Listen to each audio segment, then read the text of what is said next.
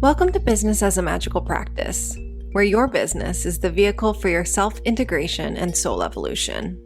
My name is Sam Garcia, and I'm the founder of Dirty Alchemy Digital Marketing. And I'll be guiding you through how you can use your business as a spiritual practice and what magical businesses are doing to hit their goals and change the world. Together, we'll be relating the mystical to the world of business so that our work can unite spirit and matter, shadow and light, conscious and unconscious. Let's dive in.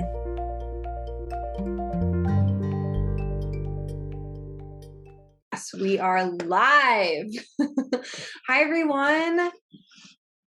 So welcome to our very first live recording of Business as a Magical Practice, the podcast. I am here in the Business as a Magical Practice Facebook group with acupuncture student and Africana studies scholar Camellia Dao-Ling for ethical abundance, welcoming prosperity without selling your soul. So thank you so much for being here, Camellia. I'm so glad that I get to dive into this. I really feel excited in my spirit. So Camelia's in Brazil. So we're actually going to do this. We're going to turn off our videos so that the internet is spot on. Her transmission doesn't get cut off. And you guys don't have to stare at a screen either. So we're going to just turn off our videos now. And I mean, I'm really just going to let Camellia, she was showing me her notes before we went live. And I'm like, holy moly, you guys, minds will be blown. I'm so excited for this. Yeah, I want to ground onto the name of the land I occupy. I am planting my feet on the soil of the Kayete people, Tupi-Ara people. I am the daughter of Nancy and William Song Liang Lee. I am a learner, a Sagittarius sun.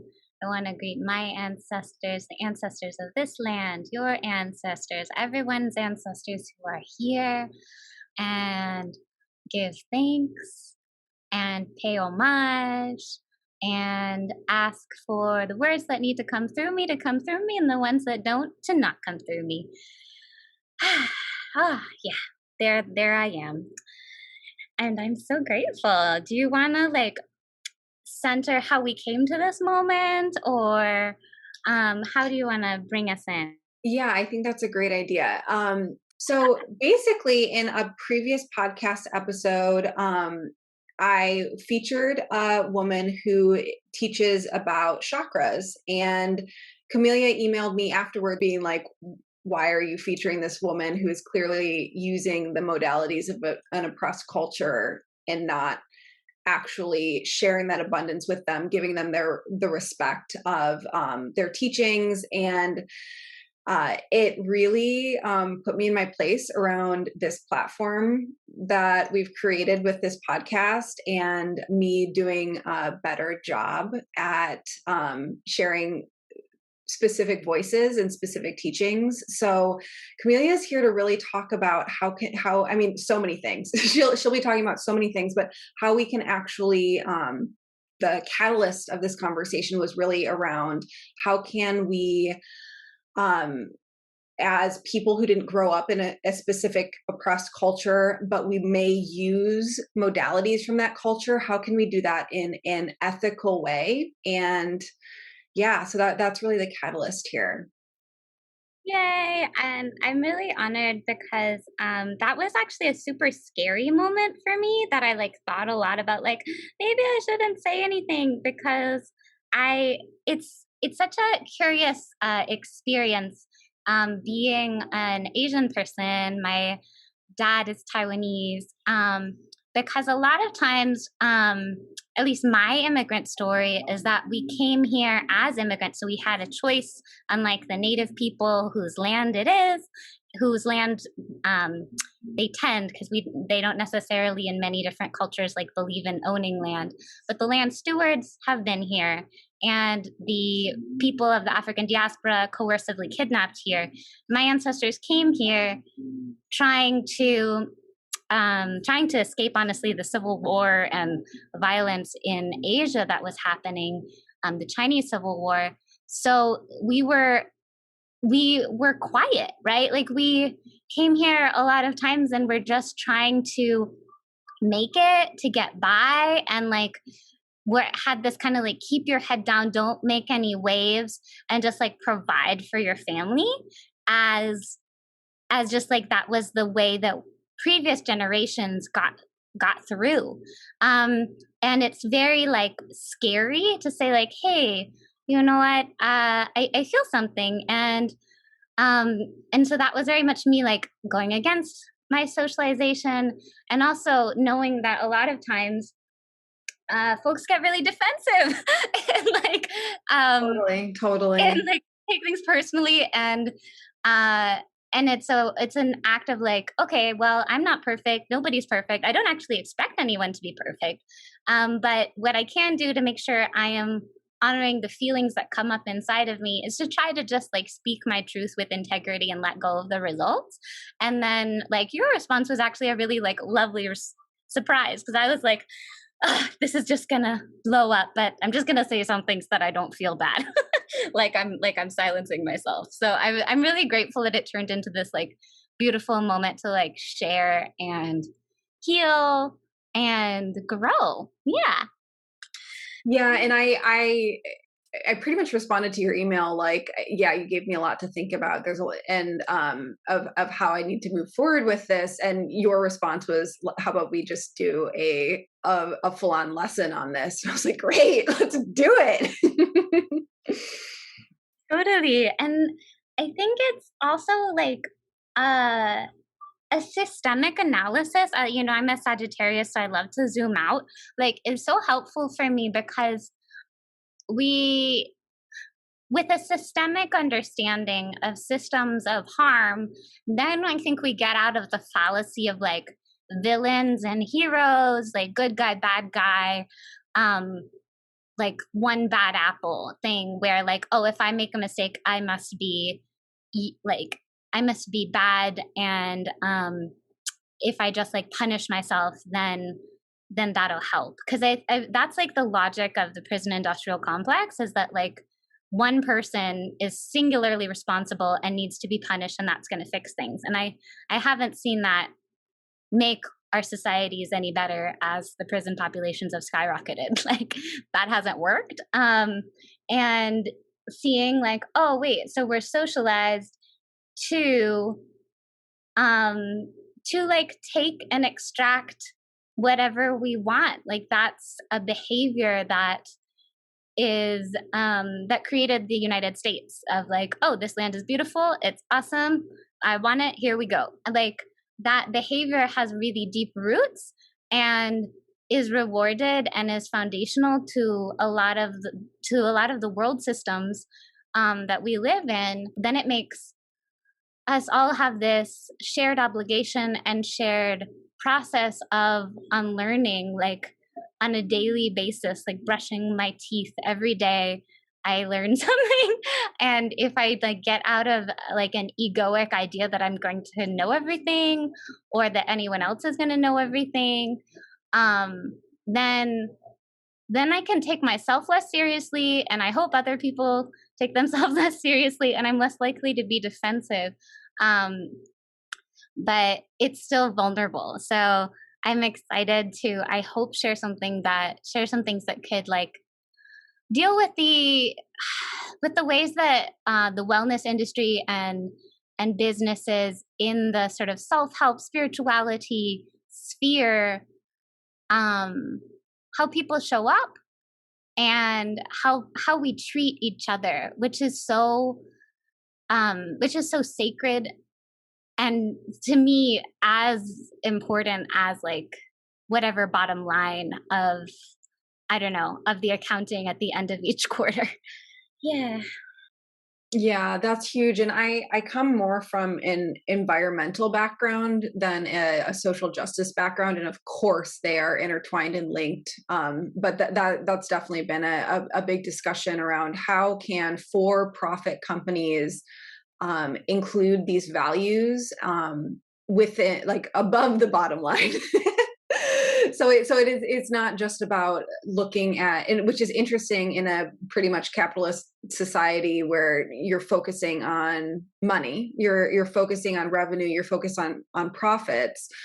But how do we actually weave our values and implant integrity into it? Because like capitalism is a pretty new economic system in the sense of like, if we look at our species, so many people have markets, so many different cultures have markets and centers of trade for millennia before Adam Smith. Um, and there's such a legacy um, of us recognizing that we are interdependent, that like the settled people have really awesome fruits and veggies grown from the land, but the traveling people bring maybe like wonderful metalware crafted by people from a place near a mine. And the exchange of what we can offer, that to me is very sacred. And reconnecting to exchange and trade as very like spiritual and ancient ways of being interdependent, as our like animal kindred trade, like the trees give us fruit and then the monkeys eat it and then they defecate and that becomes fertilizer, and there is an exchange and the energy goes between different beings and all are enriched by that. That to me is very sacred, as a way to like approach the market, approach business, knowing that like I've felt weird about focusing so much on money when I really love the framework of abundance and prosperity, because then I can work with ancestral spirits. Like in Celtic traditions, like there's Bridget, there's all of these deities who help with harvest. And so setting an intention, like may this project, please, I pray for us to have a really beautiful, wonderful harvest that feeds my home, that feeds my household. And the hunter entities of like, as I am going forth and seeking like clients who I can work with where it would be mutually beneficial, please guide my intentions and help them find me. There's so many ways for us to exchange what is valuable, for everyone to have what they need, for me to recognize, I have this to offer, I'm good at this and you're good at that. That isn't extractive. There are ways that are not extractive, that aren't exploitative, and they're very old and ancient and wonderful. And sometimes that means like money, and sometimes it's like my friend is like giving me Reiki in exchange for me helping her edit her dissertation. We're doing half of the exchange in money and half of the exchange in Reiki, because I want Reiki. I was looking for someone to give me Reiki, and I love like expanding my analysis of the inflow and outflow and value beyond just dollars. I also welcome, I say to both everybody who might listen and to the spirit world, I welcome money. If you want to send me $1,000, I will give you my Venmo. That would be great. But I also love other things, Yeah. A few years ago, I read a book on the regenerative economy, and how can we actually build businesses that are building a better future for like the concept of 7 generations forward, and the different industries that are actually already employing that, like including like the timber industry, and how do we actually build a timber industry that is regenerative versus this super extractive model. And I'm originally from Michigan, which like you look at the original white people settling in Michigan, they looked at these white pine forests and were like, saw it as this foreboding wild. And it was like a few decades that in which it was completely clear cut down. So an industry that's typically so extractive can be reimagined in a way that is beneficial for all and beneficial for the future too. I didn't mean to go off track. I just you inspired me. What I love though, it's because like it's an exchange. There's an energetic exchange. And I think it's very spiritual to be humble. Like all of my spiritual teachers really emphasize patience and humility and cooperation, except if there's like an overstep of like big boundaries or whatever. Like not just like taking it if someone is harmful, but in general, like we're supposed to be collaborating. That's what my spiritual teachers have always taught me. And that like it's the energetic exchange when like sometimes people have offered me to help like do graphic design for me in exchange for like a service that I offer. And I have actually abundance and prosperity in many ways, such that like I have some savings, I have a beautiful place to live. And then that to me makes me so wealthy and abundant that I can like exchange in non-monetary ways with someone who might not have capital. And then those who do can share it with me. And then I pay my bills that only accept the US dollar. And I love how the energy flows. Like it's a currency. It needs to be flowing and not stagnating. And that's something that I think about with the hoarding of wealth. Like I just see this beautiful energy, sunlight, you know, all the energy on our planet comes from our sun, our beautiful soul. I love the SOL, soul is the name of our sun. It's all transformed sunlight in some form. Literally, like dollar bills are made from trees, which takes the sunlight and photosynthesizes it. That sunlight getting stuck and like not and being clenched and like not shared when there's people who are hungry, that to me is like blocking the flow. And seems to demonstrate to me, I'm thinking of like billionaires who just give away pennies and are hoarding wealth. Like it seems to me to demonstrate such a poverty of spirit and such a sense of scarcity. Like to have more than any human being could ever spend in a lifetime and still be accumulating more and feel like you can't share. Like that person must be so unfulfilled spiritually to have such a deep hole inside them that cannot be filled, you know?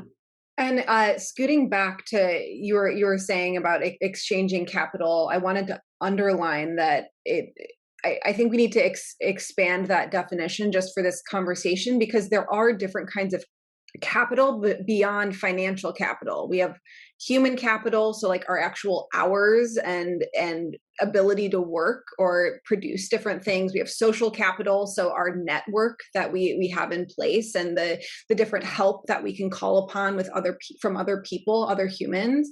We have natural capital, so the natural resources that we have access to, so important.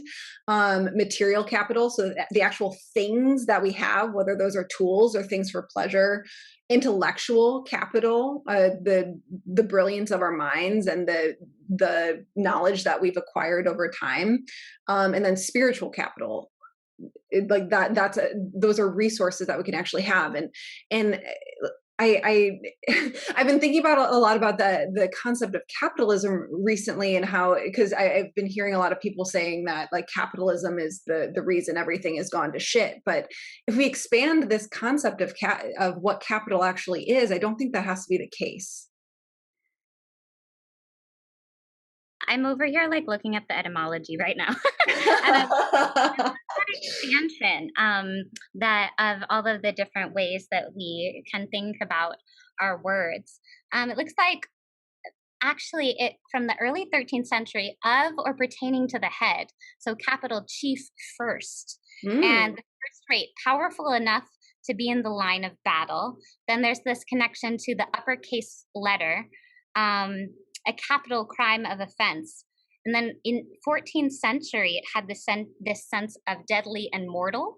Oh. Um, and then stock or property, um, caput, head from Latin, um, which is head of a column or pillar. So that's curious to me because we have our spiritual center. A lot of modalities locate our spiritual center in the crown of our head, and that's why it's so meaningful a lot of the time when we touch our head to the earth, because it's such a profound humbling to touch the head of our spiritual center so close to the sky, to the invisible realms, and touch it to the earth. And I think for me, like, there's this wonderful scholar, I'm going to look it up who it is, but I believe his name is George, who came up with the term racial capitalism, because there's a way that the kind of capitalism that Cedric J. Robinson, that the kind of capitalism that we have in the world today is very inextricably bound into white supremacy, anti-Blackness, and settler colonialism. And there's this extraction of like value from labor, from like literally from chattel slavery of human capital, those bodies, those living souls, having like life force just extracted, and also the land. So this was from 1983, Black Marxism, the making of the Black radical tradition. So like, I would love for us to find ways of honoring exchange and the market. And I want to look up the etymology of market, right? That aren't so extractive and that also have a recognition of like when to stop, like when is enough.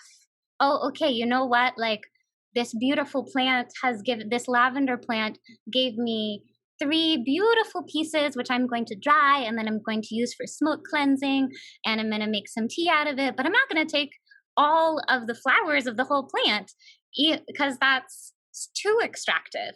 So a way of exchanging that knows when to stop, that would be beautiful to me, and honoring all those different beautiful, valuable sources of life force energy, the life force of our minds, of our spirits, of the land, and honoring that flow. I also like think of flow as such a beautiful co-creation phenomenon that happens when the currents are flowing and we are in alignment with them, like, when a kite catches the right wind, or like a windsurfer or a sail is like, oh, here we go, and then you just like flow across the water. That's the kind of like abundance that I'd like to be in alignment with, and yeah, where we're trading and sharing and exchanging, but not in a way that hurts each other and means that we can't trade anymore, that like is trying to make us obsolete, Yeah, totally. And I'm wondering, just to pull us back to the original purpose of this conversation is, I would love to like look at how can we, like, gosh, I'm stumbling over words. Mercury's still in Pisces, and Mercury's in detriment in Pisces, or fall. I think it's in fall. I'm usually not affected by Mercury retrograde, but this Mercury in Pisces has been like kicking my ass. So looking at oppressed cultures, and if there are people in the audience who may be using different modalities, maybe we can, like, what are some examples of modalities that people may not even realize are from oppressed cultures, and what to do if they are using and teaching those? Yeah. And and definitely, I'm speaking from the position of a Taiwanese diaspora person, and definitely want to center that I can't speak for everybody, and even within our communities, in some ways, um, I have a lot of privilege because I'm East Asian. Well, Taiwan has indigenous people as well, so Taiwan is a little complicated, but um, there's so many different identities under the umbrella of Asian and Asian American and Pacific Islander. Um, but a lot of the breath work that folks like to practice, a lot of breath work and what we call like mindfulness nowadays has roots in Buddhism and Hinduism and Taoism, of Asia, South Asia, Southeast Asia, and they're so effective, and they're so, I think even using the modern scientific method, like there's been really cool studies on the effects of breath work, because we all are breathing. If you're listening to this, you're breathing. It's such an incredible tool. And yet also like often the roots are in Asian lineage traditions that are deeply religious and cultural and spiritual, and they work. Like there are many elders who will say, medicine is medicine. They work because on a spiritual and also like physical level, we are so extremely similar. Like our species shares most of our DNA with our primate kin. Like, of course, like it really does work on everybody because we create a lot of our differences in our heads. So they're going to have incredible healing effects on everybody, and that's awesome. That's fabulous. But because we human beings tend to hurt each other and have this really horrible pattern over the past kind of several centuries of exploiting each other, particularly brutally. These past weeks, this really since the beginning of the pandemic, there's been such an uptick in violent attacks on people read as Asian, even though like a lot of it comes from 45, calling it the China flu or whatever. Filipino people and Southeast Asian, Vietnamese people a lot of our elders have been attacked, just because for white supremacists, like we all look the same. And so I think a pain point for a lot of the Pacific Islander and Asian people I know has been feeling like, wow, what, our ancestral healing modalities are so popular, but where are folks? Why isn't everybody who has ever like loved Chinese food and meditation, why aren't all of those people like protecting our elders? And where are y'all?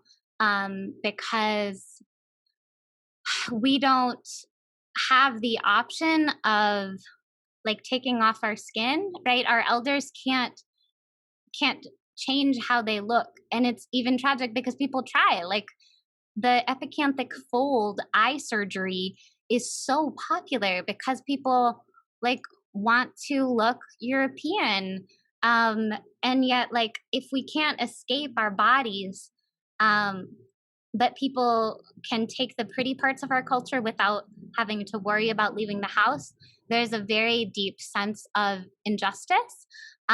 So I would say like breath work, Tai Chi, Qigong, Tantra. Oh, here's one. Those like fun facial rollers that are like crystal? I love them. I have one. Like they're so cute. But they come from guasha. So the stone massage is a practice from East Asia. And I think that's one that like even I was surprised. I was like, oh my gosh, my people did that. That's so cool. And oh my gosh, the jade eggs So like I think they should be jade, right? Because it's a Taoist practice, and Chinese people love jade. Jade is very sacred. Mhm. I love rose quartz too, but I don't think that it was a thing. I think people just use jade. But it's like a Taoist yoni practice. And that comes from Asian people, you know? And then obviously like tantra, yoga, um, but those are the ones that I think are not as like connected in people's heads to being like, oh yeah, that's from Chinese people, you know? Yeah. So what do people do if they like they got into yoga or any of these practices and they were totally transformed by it. They're now devoting their working hours to talking about it and teaching it, and they went through the trainings and all of the things. How how can they actually do that in a way that is honoring the culture that it came from? Or what would you say to those people? Yeah. So again, like medicine is medicine.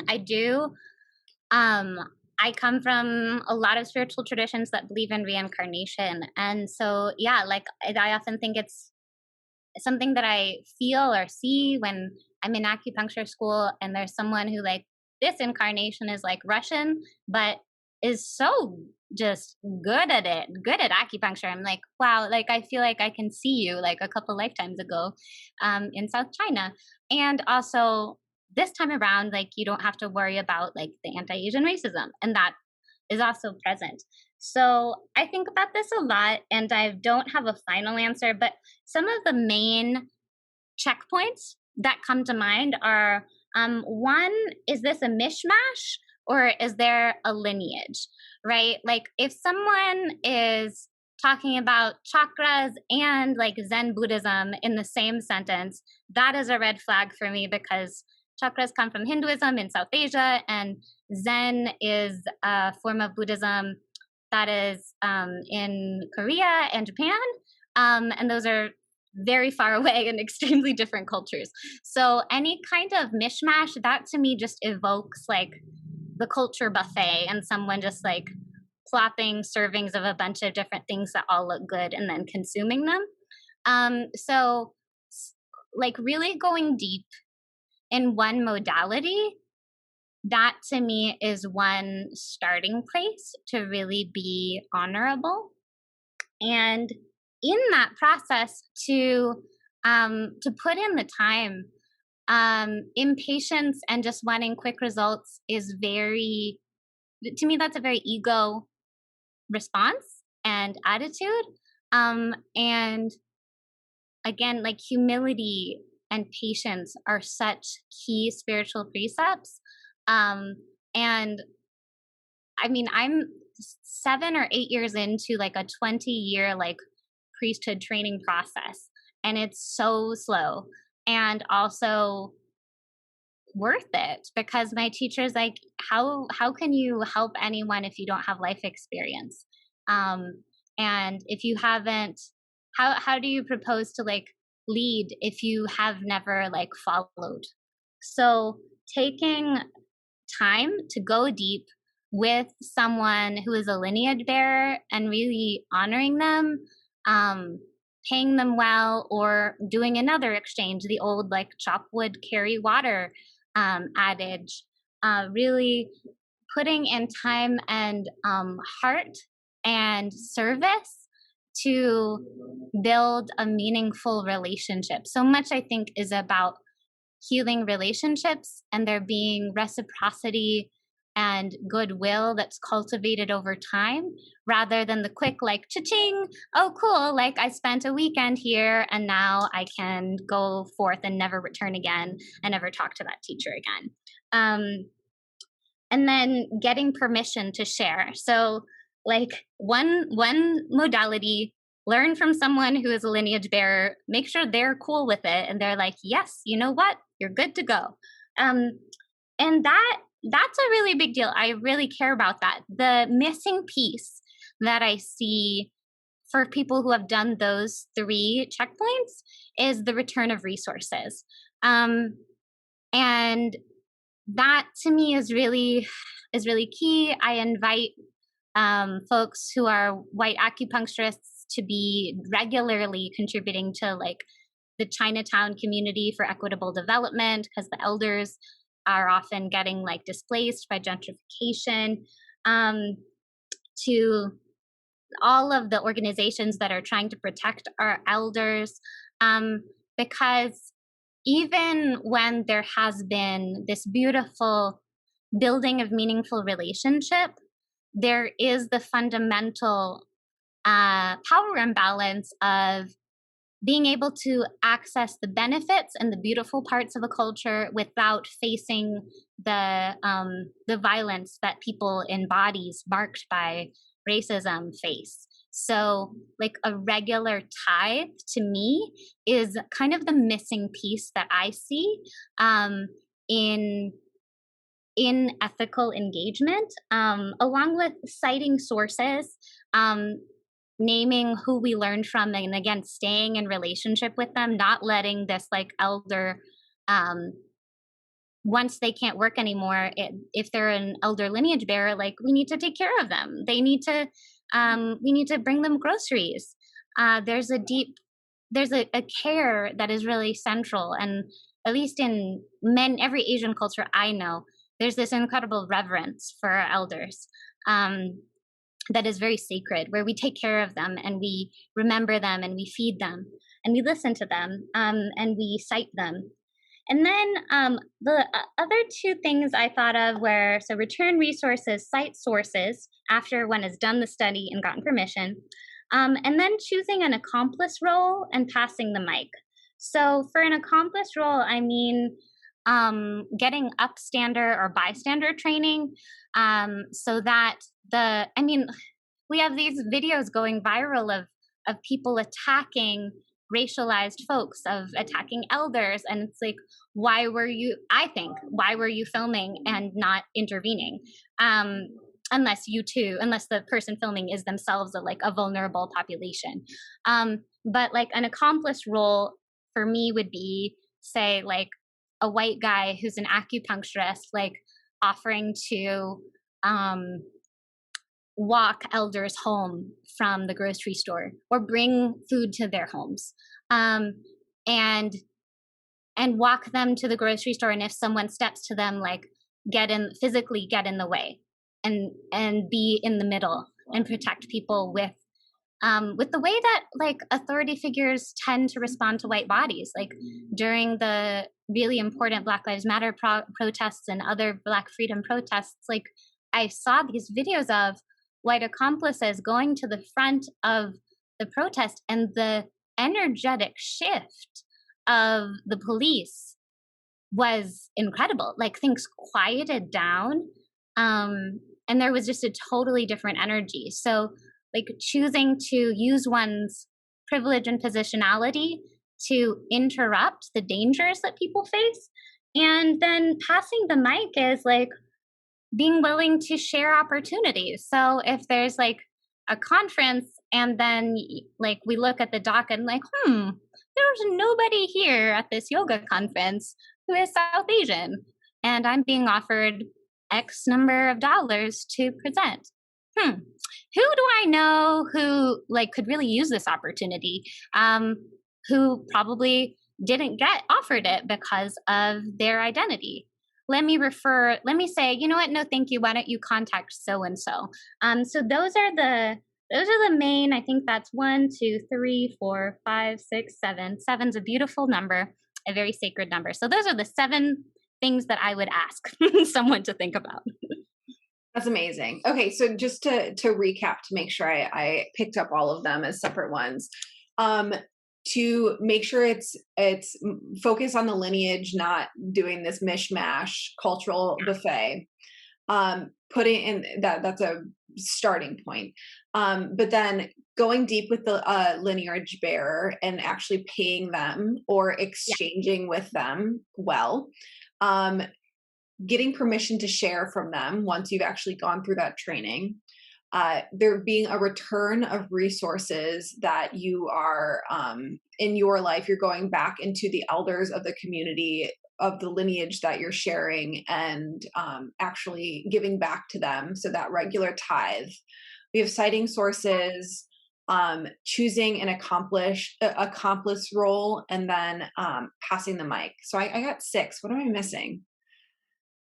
Then, so mishmash, deep study, permission, return resources, cite sources, accomplice role, and pass the mic. Okay, the mishmash was one I wasn't counting. Yeah. Perfect. That's amazing. Thank you so much. That feels very thorough. Yeah, it's such a like it's also so meaningful to like take time, I think, and then also I love inviting folks to go back into our own ancestries because often it's really painful, right? To um to go to our own ancestries because I don't know anyone whose family is free of dysfunction, and there's we're human, so there's usually some family drama, but there's an incredible magic in also really getting to know one's own ancient folkways and modalities, because our ancestors got here somehow. Like every culture I know of has a medicine person, a shaman, um, a wonderful green witch. Everyone has herbalists, diviners, and special ways to keep nightmares away. And they get lost or they get deliberately forgotten often. And that's a big part of the social construct of whiteness, is like giving up the specific identity of, oh, I'm from the McDermott clan of County Cavan, and we are blacksmiths, and we are really good at honoring the goddess Bridget. Like, there are ancient European folk traditions as well that are really sacred and beautiful that, when reclaimed, are incredibly powerful. And that also restored lineage connection can be an incredible medicine that serves generations to come, when we realize that we aren't lacking and we don't need to go, oh, I don't have a culture, and so like I need to go to someone else's. Like the idea that like we don't have magic is, everyone has magic. Magic is another word for like being alive. It's working with life force, and everyone has had to do that in order to survive. So in addition to like ethical engagement with other cultures, I always want to invite folks to like look back. And I'm a Sagittarius, so like zoom way out, go back 2,000 years. Like time is also a social construct. Like there's a lot of physicists who believe in the block universe theory, that all of the times are co-present. They're just at different points on the space-time continuum. So just like get into meditation, and wow, like the Celts were doing some pretty cool stuff, and so were the Hungarians. Like I love when we remember that all of us have magic, and we don't need to go wandering necessarily from a place of lack. What have you found when you've looked back on your Taiwanese ancestry? Yeah, it's so funny the way that like language barriers show up, because for example, I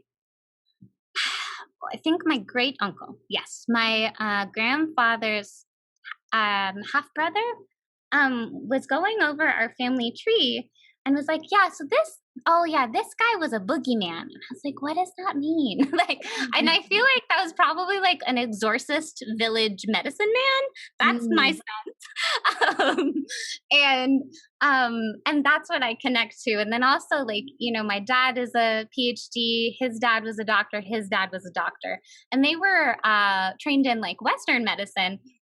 But it's very meaningful to me to go to acupuncture school because, like, they were socialized by the rise of the U.S. at the end of World War II, when Europe and Japan, which is very close to Taiwan, were both in shambles. And right after World War II, pretty much like China went into like a civil war with the communists and the nationalists. So my family was like, well, I don't know, like the US seems to not be in shambles. Let's try to go over there. And there's been this big valorization of the West, of the US, and this internalization that Chinese culture was inferior. So me negating that and saying, no, it's actually beautiful and it's awesome. And I want to learn the herbs and the meridians and I want to learn the remedies. That is a way that I go back. And also a way that I try to practice what I preach, because it's hard. Like it would be would be easier for me to go like train in a modality where I don't have baggage around it, Mm. where I like don't have a lineage connection. But I feel like for me, spirit always rewards me when I do things that do have some challenges involved, and then it makes like every breakthrough really meaningful, because I didn't try to avoid work. I didn't try to just have the experiences that as humans we really like of, oh, that was easy, that was pleasurable, but that I was willing to like go forth towards what is sometimes rocky, but like has a really beautiful view when you like reach the summit. That's beautiful. So the audience here are magical business owners, mainly in the online space. And I'm curious for those of us who don't that aren't necessarily healers of a specific modality, but are still obviously heart-centered and want to see change in the world. Do you have any specific recommendations around like if we don't have this specific modality, a specific lineage that we want to honor, what are other ways that we can really bring ethics and values and integrity into our businesses? Yay! Yes, because we can all do it. Um, so many wonderful things. The first is grounding. I love that every meditation I've always done is in like connect to the earth. So, right, like knowing whose land we occupy, and naming that. And usually, unfortunately, the original people of whatever land we occupy are still fighting. And so, like when I am on the Tongva land, that is now called Los Angeles, I try to be regularly contributing to their campaign to protect their sacred sites, because Long Beach, CSU Long Beach, is trying to build a parking lot there. So, and that I think is particularly key, because everything we have comes from Earth. Like, and it's also the site where the ancestors of the land still are. If we eat locally, then we are eating from the land where the ancestors are buried. Like it is feeding us in a very literal and sacred, profound way. And that's why I also think it's very meaningful to protect the native species of the land, and be like, in California, like not having a lawn, but planting local drought resistant plants, because those plants are coming out of the soil where the ancestors of the land are buried. So it's like the ancestors are in those plants in a very sacred way. And then also, this is kind of like North America and South America centered, because I'm in South America right now. And I think a lot of folks who listen are probably in North America, where the entire like economy was founded on chattel slavery. So anti-Blackness, treating people of African descent as exploitable labor, as not human. And so it's really easy. You can just subscribe to people's Patreon. I never know how to say it, but like a regular Patreon contribution, or like every paycheck. I honor my grandfather, who is actually Irish Catholic, who talked about tithing. Tithe is a tenth. So like a tenth of any money that comes to me, I send back out, whether that's to like a Black or a Native organization or person. And I always have enough. I never lack when I do that. So honoring first, like the foundation, who are the land stewards, and then the fact that the economy of the U.S. is based on chattel slavery, so paying Black folks, and always considering like, can I offer a sliding scale? Can I find ways to trade services for people? And considering, oh, is this accessible? Do I have ASL translation? Do I have captions? Um, and also thinking about all of our relations, which is a phrase I hear a lot of our native folks saying, like, how am I treating myself? How am I treating a contractor or employee or collaborator? What is the process of our relationship? Am I just like emailing them with a bunch of things to do? Am I checking in to see, wait, so how are you doing? Like, am I treating other humans like humans or like um, a meal ticket? And checking in on all of our relationships, because the extractive attitude that like only profit matters and like that caring for our relationships isn't efficient, that that cheapens actually, I think, the quality of our lives. So tending to our relationships, making sure we're paying the land stewards, honoring honoring the people of African descent whose labor created, literally built so many structures on in the United States and throughout the Americas, and considering who isn't at the table and why might they not be at the table, because again, like, it's very vulnerable and sometimes scary and sometimes dangerous. One could lose resources to speak up about like unfair or exploitative dynamics.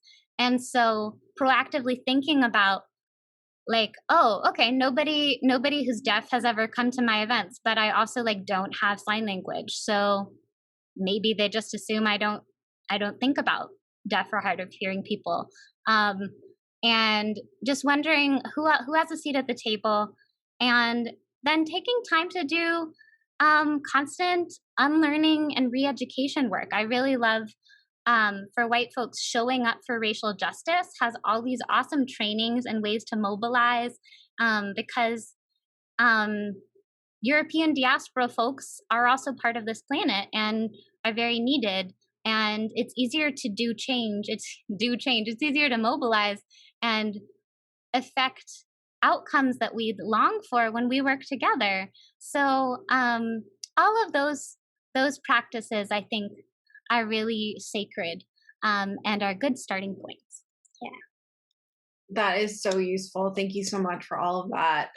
A lot of points that we can all look at within our businesses. Hmm. There's so much to go into. I love talking about all of this, and we already are like almost at an hour.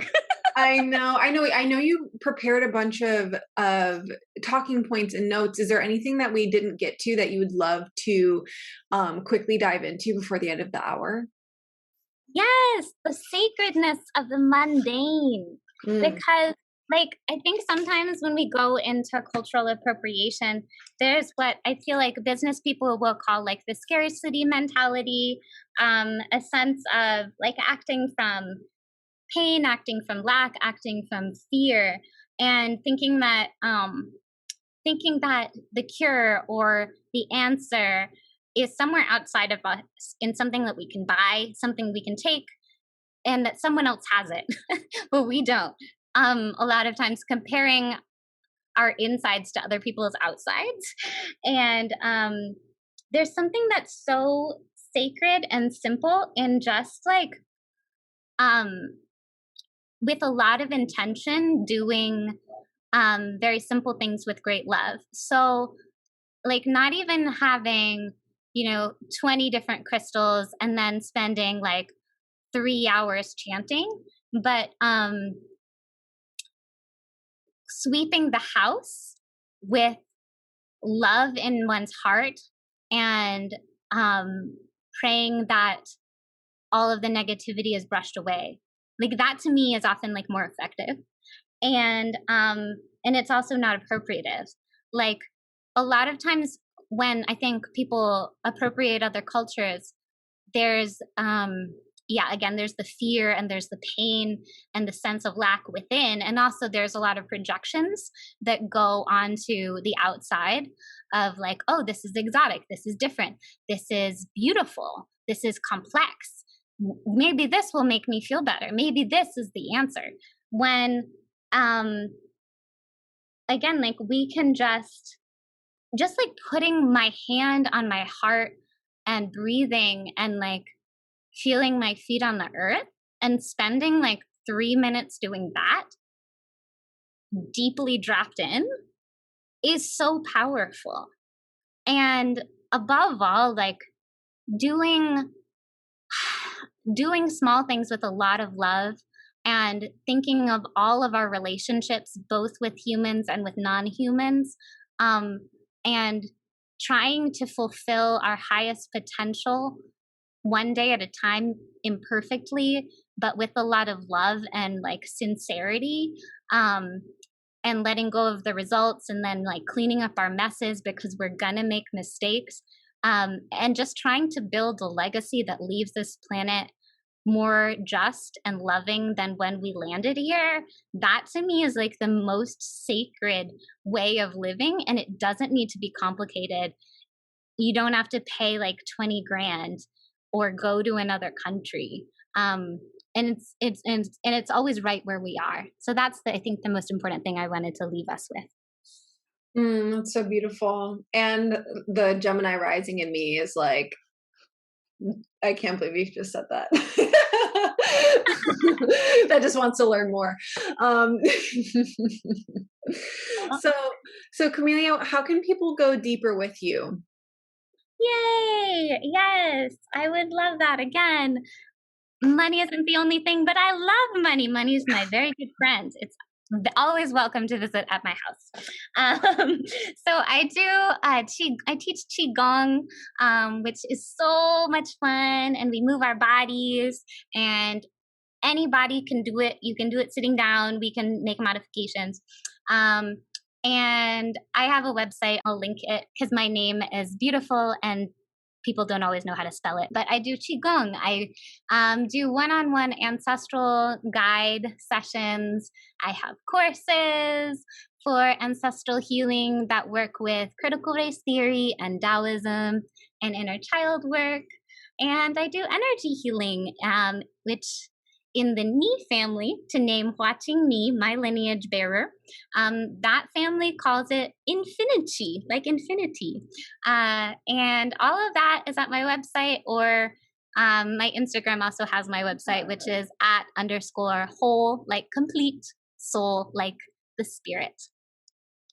So beautiful. And is the best place for people to find you online your website and your Instagram? Yeah, I think so. I love my website because I intentionally like pray on it a lot, and like I have a shrine, and I want it to be somewhere where you come and you feel like, oh, I belong, I am home. So it's my little ethereal altar in the hyperspace lane. And that's CameliaDao-Ling.com. Yes. Mm-hmm. Okay, we're going to link that in the show notes if you're listening on the podcast, or if you're watching the Facebook Live in the Facebook group, it'll be in the post content. And definitely check out Camellia and reach out to her on Instagram, all the places. Thank you so much. This was so beneficial for everyone who's listening. I'm so glad to be of service. You know, I'm a Virgo rising, and so it makes me happy. Which also means I think we're Mercury twins. Like both Gemini and Virgo are children of Mercury. Well, I'm a Virgo, Sun, Mercury, and Venus. So I love it. Thank you, everyone who's been present, and thank you, Sam, and thank you to our ancestors, and thank you to the land. Thank you to all of the spirit team that is present. And I hope that this reaches who it needs to reach. And if I said something in a way that didn't help, please intervene and reframe it so that the people who hear it hear what I meant. Amen. Amen.